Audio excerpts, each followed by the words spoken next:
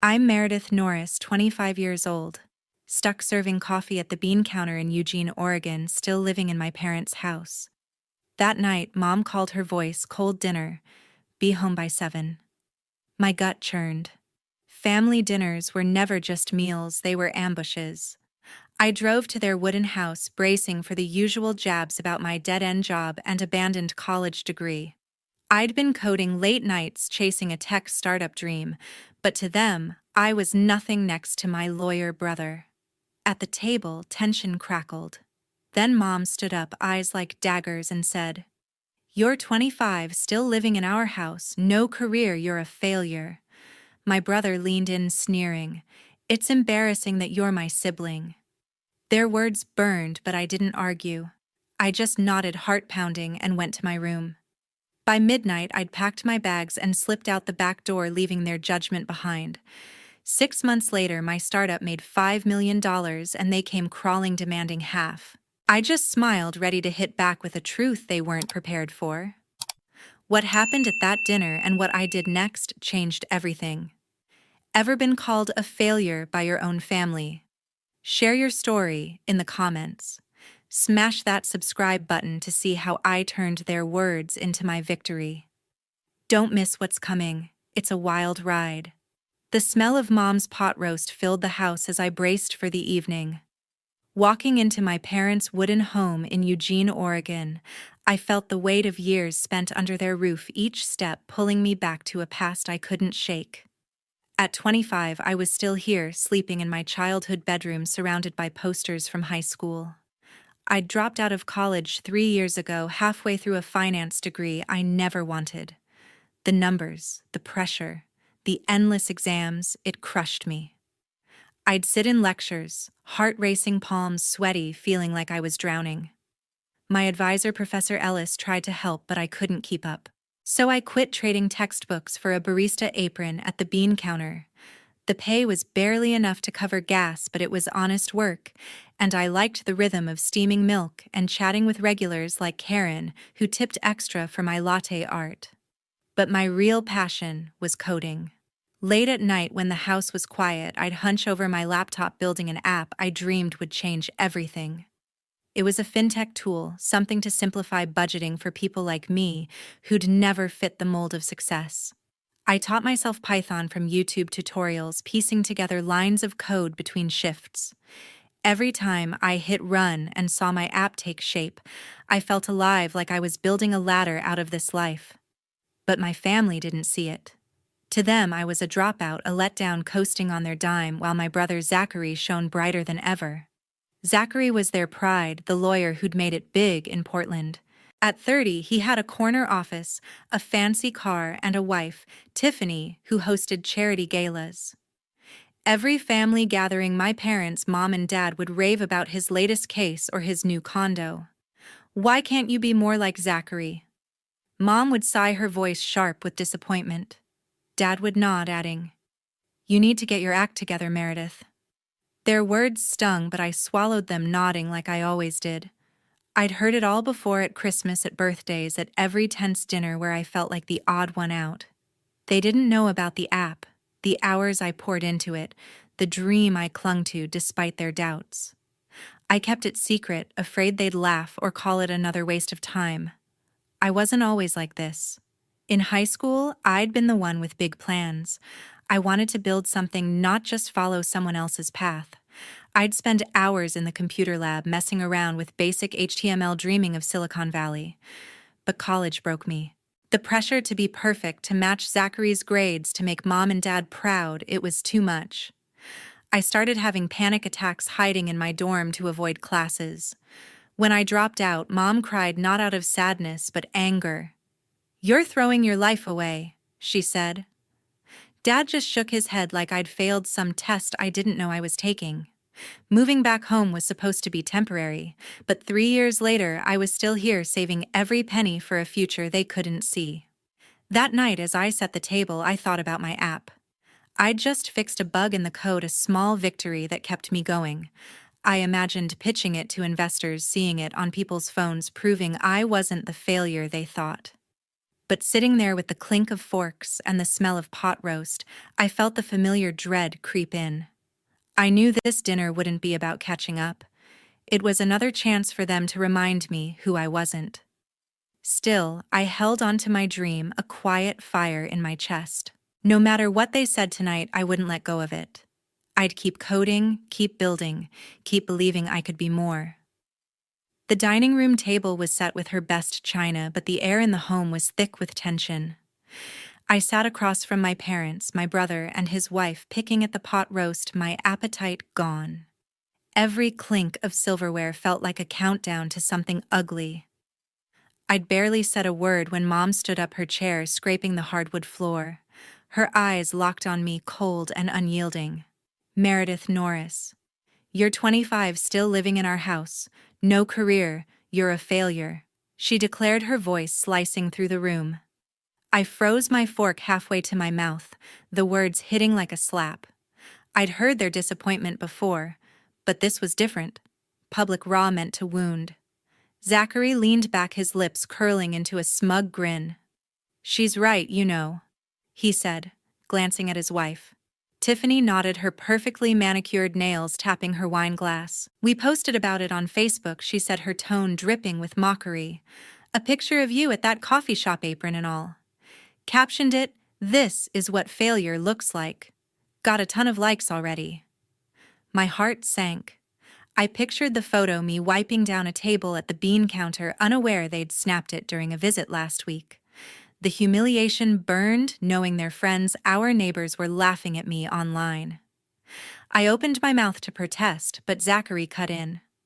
"What you're gonna say, you're finding yourself," he scoffed. "Gimme a break." Dad cleared his throat, his voice gruff. "Meredith, it's time you got a real job," he said, folding his arms. "Something respectable like your brother. Or you can find somewhere else to live." His ultimatum landed like a brick. I tried to explain, my voice shaky. "I'm working on something, Dad. I've been building an app. It's..." Tiffany laughed, cutting me off. "An app? Oh, please, Meredith. You're not some tech genius. Stick to pouring coffee." Her words stung, but what hurt more was Mom's silence, her nod of agreement. I looked around the table, searching for a hint of support, but found none. They were a united front, tearing me down together. I clenched my fists under the table, my nails digging into my palms. I wanted to scream, to tell them about the nights I spent coding the app that was so close to being something real. But their smug faces stopped me. They wouldn't understand, they never had. I thought about the Facebook post, how it would spread through our small town, how people at the cafe might whisper behind my back. The shame was suffocating, but so was the anger. I wasn't just their punching bag anymore. Then Zachary leaned forward, his eyes gleaming with contempt. "It's embarrassing that you're my sibling," he said, his voice low and venomous, a smirk twisting his face. The room seemed to shrink, their faces blurring as his words echoed in my head. I was alone, cornered, my dreams reduced to a punchline. After dinner, I found my laptop open on the kitchen counter. I'd left it in my room, password protected, before sitting down to that miserable meal. My pulse quickened as I tapped the trackpad, waking the screen to my messaging app, open to a thread with Brooke Lane, my best friend since high school. We'd been texting about my fintech app ideas for the user interface, a pitch I was drafting for a local startup contest. The chat was scrolled up to messages from last week, ones I hadn't opened in days. Someone had been digging through my private conversations. I clicked through my files, my stomach churning. My coding folder labeled Project Freedom was a mess. 2 key scripts, months of work on the app's budgeting algorithm, were gone, deleted. My backups were on a USB drive, safe in my bag, but the loss hit hard. Those scripts were my late-night victories, proof I could build something real. I heard footsteps and turned to see Zachary and Tiffany strolling into the kitchen, coffee mugs in hand. Tiffany's lips twitched into a smirk. "Oh, Meredith, still playing with your little computer games?" she said, her voice syrupy with condescension. "That app thing you're working on, it's delusional. You're not cut out for that tech nonsense." I gripped the counter, my voice tight. You went through my laptop? I said, staring at Zachary. He shrugged, leaning against the fridge. We were curious, he said, as if it were nothing. You leave it lying around. What do you expect? My mind raced back to earlier that week. They'd stopped by my room supposedly to chat while I was grabbing water. They must have snooped then, bypassing my password somehow. I felt exposed, like they'd ripped open my diary. You deleted my code? I said, my voice rising. Tiffany laughed, tossing her hair. Oh, come on, it's not like it was anything important. You're wasting your time with that pipe dream. I stormed to the living room where Mom and Dad were clearing dishes. Did you know about this? I demanded, my hands shaking. Mom set down a plate, her expression calm but stern. Meredith, we're worried about you, she said. You're chasing fantasies instead of growing up. Zachary was just trying to show you what's realistic. Dad nodded, his arms crossed. You need to focus on a real job, not this hobby, he said. I couldn't believe it, they were defending them. I turned to Zachary, who'd followed me, and Tiffany at his side. You had no right, I said, my voice cracking. Those files were mine. My work. My future. Tiffany rolled her eyes. Future Meredith, be serious. You're 25, slinging coffee, living off Mom and Dad. That app isn't going anywhere. Her words echoed their earlier insults, but this was worse. They'd violated my privacy, erased my progress, and called it help. I looked at Mom, hoping for a shred of support, but she just sighed. We want what's best for you, she said, as if that justified everything. Zachary chimed in, his tone patronizing. You should thank us for snapping you out of it, he said. You're not some startup hotshot. Stick to what you're good at. I felt the room spin, their words piling on like weights. I'd spent years hiding my dream, protecting it from their judgment, and now they'd torn it apart. I thought about the hours I'd poured into that code, the moments of pride when a feature worked, the hope it gave me. They didn't just delete files, they tried to delete my ambition. You don't get to decide what I'm capable of, I said, my voice steady, despite the tears burning my eyes. I faced them all. Mom, Dad, Zachary, Tiffany. You crossed a line. You went into my private messages, my work, and destroyed it. Why? Mom's face hardened. We're your family, she said. We have a right to know what you're doing under our roof. Dad added. You're not acting like an adult, Meredith. We're trying to guide you. Guide me. This wasn't guidance. It was control. They wanted me small, dependent, a shadow of Zachary's success. I saw it clearly now. Their concern was a leash. Not love. My chest tightened with betrayal. Not just from the invasion, but from their refusal to see me as anything more than a failure.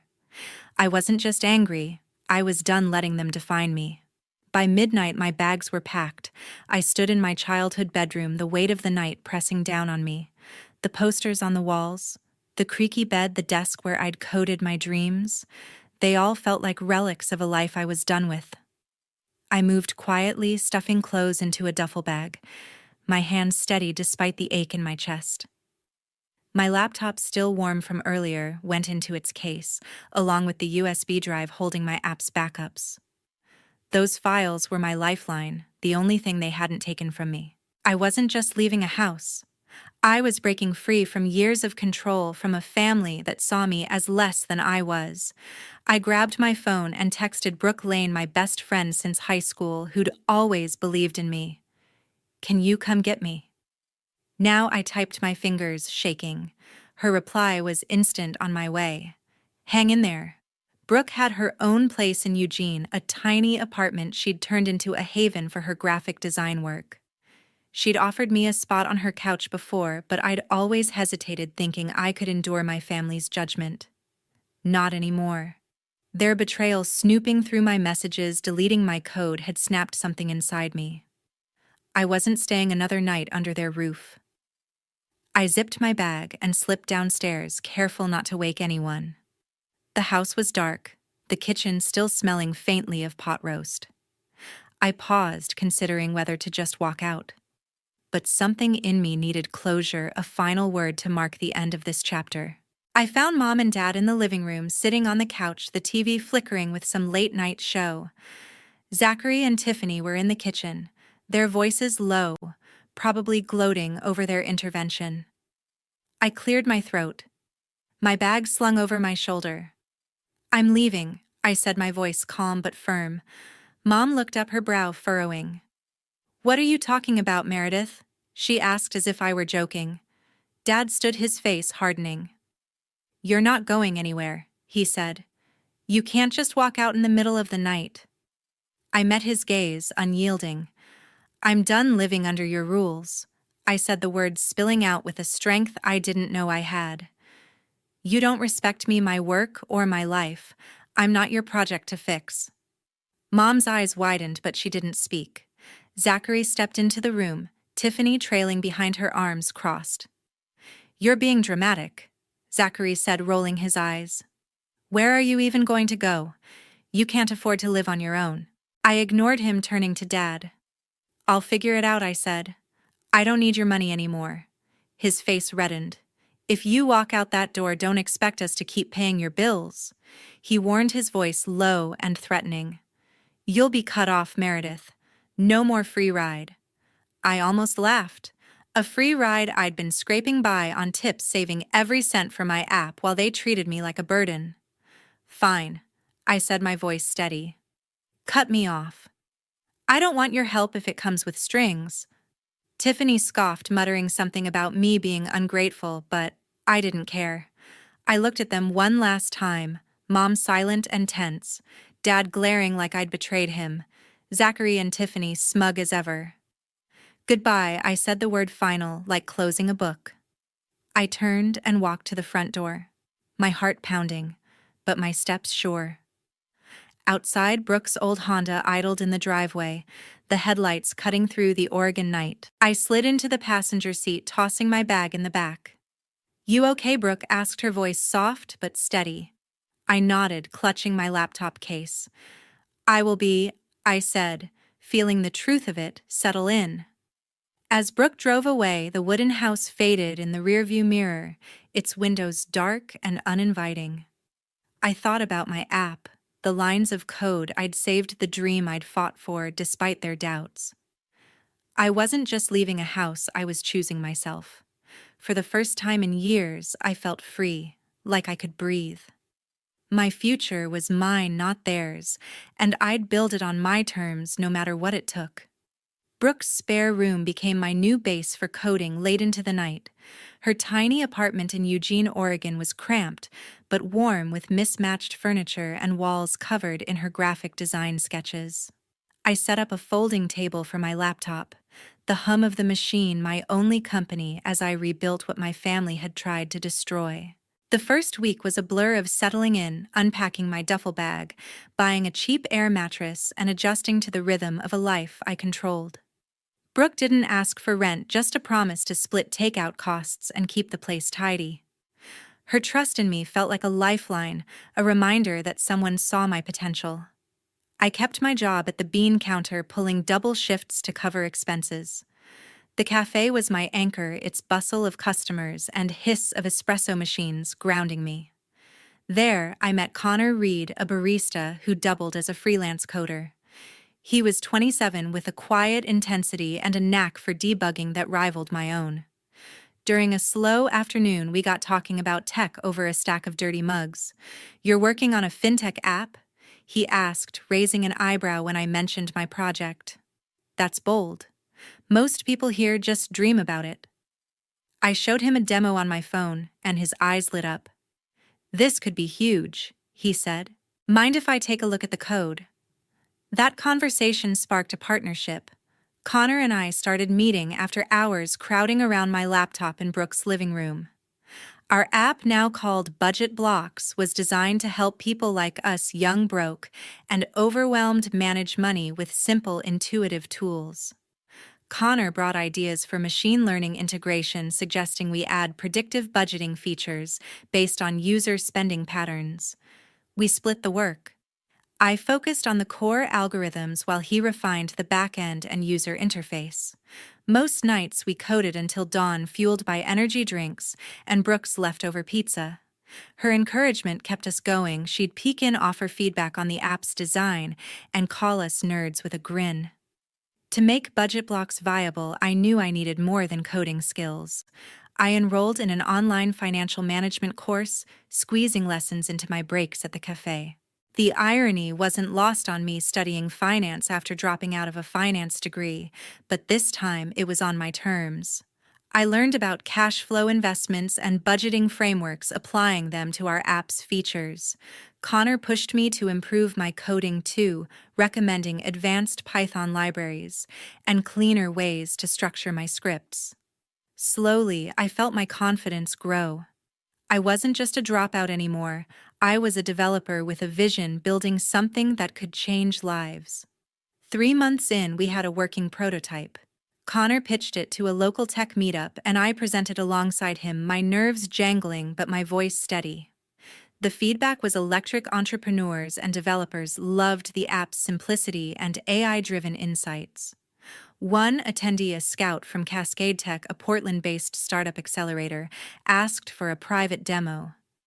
We spent weeks polishing budget blocks, fixing bugs, and practicing our pitch. When we met the Cascade Tech team, I laid out our vision: an app that empowered anyone to take control of their finances, no matter their background. Connor backed me up, walking them through the technical specs. They were impressed, but I wasn't prepared for what came next. 2 weeks later, an email landed in my inbox. Cascade Tech offered us a contract, $5 million, to license budget blocks for their platform, with potential for more if it scaled. I stared at the number, my heart racing. This wasn't just money, it was validation, proof that my dream wasn't delusional. Connor and I met at the cafe to review the contract, our hands shaking as we read the terms. We'd split the money evenly, but more than that, we'd built something real together. That night in Brooke's spare room, I signed the contract digitally, my signature, a quiet declaration of victory. As the confirmation email pinged, I leaned back, a smile breaking across my face. I'd done it against all odds. I'd turned my code into a future. 6 months later, my phone lit up with Zachary's desperate text. Our app had made headlines in the local paper after Cascade Tech announced their $5 million licensing deal. The article called me Meredith Norris, a rising star in fintech, and I'd saved a clipping, proof of a victory I'd earned on my own. But Zachary's message shattered the calm. We need to talk about the money. Family deserves a share. I stared at the screen, my stomach twisting. They hadn't contacted me since I left, and now they wanted a piece of my success. I opened my laptop and saw a missed call from Tiffany Norris, Zachary's wife. Her voicemail was syrupy, dripping with fake warmth. "Meredith, we're so proud of you," she said, pausing for effect. "But let's be fair. We supported you for years, rent, food, everything. You owe us at least half." Half? I nearly laughed. They'd never believed in my app, never paid a dime for my coding courses or late-night energy drinks. I'd built budget blocks from nothing, scraping by on tips from the bean counter. Their claim was absurd, but it wasn't surprising. This was the same family that had mocked me, deleted my code, and told me I'd never amount to anything. Curious, I checked Facebook, something I'd avoided since their humiliating post about me. Sure enough, Tiffany had been busy. A new post on her profile read, "Some people forget who got them where they are. Family sacrifices everything, and now Meredith thinks she's too good for us." Comments from their friends piled on, calling me ungrateful, selfish, a sellout. My blood boiled. They were spinning a lie, painting themselves as victims to justify their greed. I recognized the tactic twist, the truth rally, support, pressure me into giving in. But I wasn't the same person who'd sat silently at their dinner table. I called Zachary back, my voice steady. "You're not getting anything," I said before he could speak. He sputtered, launching into a rehearsed speech about how Mom and Dad had invested in me by letting me live at home. "You were a freeloader," he said, his tone sharp. "We carried you. That money's partly ours." I cut him off. "You carried me. You ridiculed me. Trashed my work, told everyone I was a failure. I built this on my own. Tiffany jumped in, her voice shrill through the speaker. Don't be so selfish, Meredith. We're family. We deserve our cut. I gripped my phone, their entitlement fueling my resolve. I thought about the years I'd spent under their roof, shrinking under their judgment. Every penny I'd earned, every line of code I'd written, every sleepless night, they had no part in it. You don't get a cent of what I built, I said, my voice cold and final. You don't get to claim my work now that it's worth something. Zachary tried to interrupt, but I kept going. And those lies you're spreading online? They're pathetic. I'm done with your games. I hung up, my heart pounding, but my mind clear. Their words couldn't touch me anymore. I'd fought too hard, built too much to let them drag me back. Sitting in Brooke's apartment, surrounded by my laptop and notes, I felt a surge of strength. I wasn't just protecting my money, I was guarding my independence, my right to define my own story. I blocked their numbers, unfriended them online, and started drafting an email to a lawyer about safeguarding my assets. This wasn't just about saying no. It was about closing the door on a family that had never valued me. I was ready to cut them out for good, to move forward without their shadow. At my new office overlooking Eugene's skyline, I read Zachary's final message. His text was a last-ditch plea sent from a new number. Meredith, let's talk. Family sticks together. I didn't hesitate. I blocked the number, then opened my laptop and unfollowed every Norris family member on social media. Zachary, Tiffany, Mom, Dad. My finger lingered over the screen, but I felt no regret. Cutting them off wasn't just about silence. It was about reclaiming my peace. Their voices, their judgments had no place in the life I'd built. I'd moved out of Brooke's apartment into a small rental near downtown, paid for with my share of the budget block's deal. My days were spent in a sleek office space leased by Cascade Tech, where I worked alongside Connor Reed, refining our app's features. Brooke often dropped by, her design sketches adding flair to our user interface. Their support felt like a chosen family, steady and real, unlike the one I'd left behind. I was no longer the barista scraping by. I was a developer, a partner in a thriving startup, my confidence rooted in hard-won skills. The bean counter was a memory now replaced by meetings with investors and late-night coding sessions with Connor over takeout. Word of my family's behavior had spread through Eugene's tight-knit community. Zachary's law firm lost a major client after whispers of his greed reached their boardroom. A colleague had seen his Facebook posts twisting my success into a family sob story, and it backfired. Clients didn't trust a lawyer who aired dirty laundry online. Tiffany, once a fixture in local high society, found herself snubbed. Her usual invitations to galas and charity events dried up, her friends distancing themselves from her petty rumors. Mom and Dad faced their own fallout. Neighbors in their quiet Eugene suburb gossiped about how they'd driven me away, their disapproval evident in sidelong glances and hushed conversations. The Norris family's reputation, once polished, was now tarnished by their own actions. I sat at my desk, the city lights twinkling below, and thought about the journey that brought me here. Independence wasn't just about money or a new address. It was about setting boundaries, choosing who I let into my world. I'd learned to trust my instincts, to value my work, to live for myself instead of others' expectations. That lesson was hard-earned, carved out of years of doubt and dismissal. But it was worth it. Every line of code, every sleepless night had built not just an app, but a life I was proud of. I wanted others to know it was possible to break free, to stand firm, to find freedom in being true to who you are. Zachary's message had come with an email from Mom, forwarded by a mutual acquaintance since I'd blocked her. It was a long, guilt-laden note begging me to reconsider, to heal the family. I read it once, then deleted it. I called Brooke and Connor to the office, needing their clarity. "They're trying again," I said, showing them the text. Brooke shook her head. "They don't get it, do they?" Connor leaned back, his voice calm. "You don't owe them anything, Meredith." I nodded, their words grounding me. I typed a final reply to Zachary, my fingers steady. This is my life, not yours. I sent it, then blocked the new number, closing the door for good. As I looked out at Eugene's skyline, a smile spread across my face. I was free not just from them, but for myself.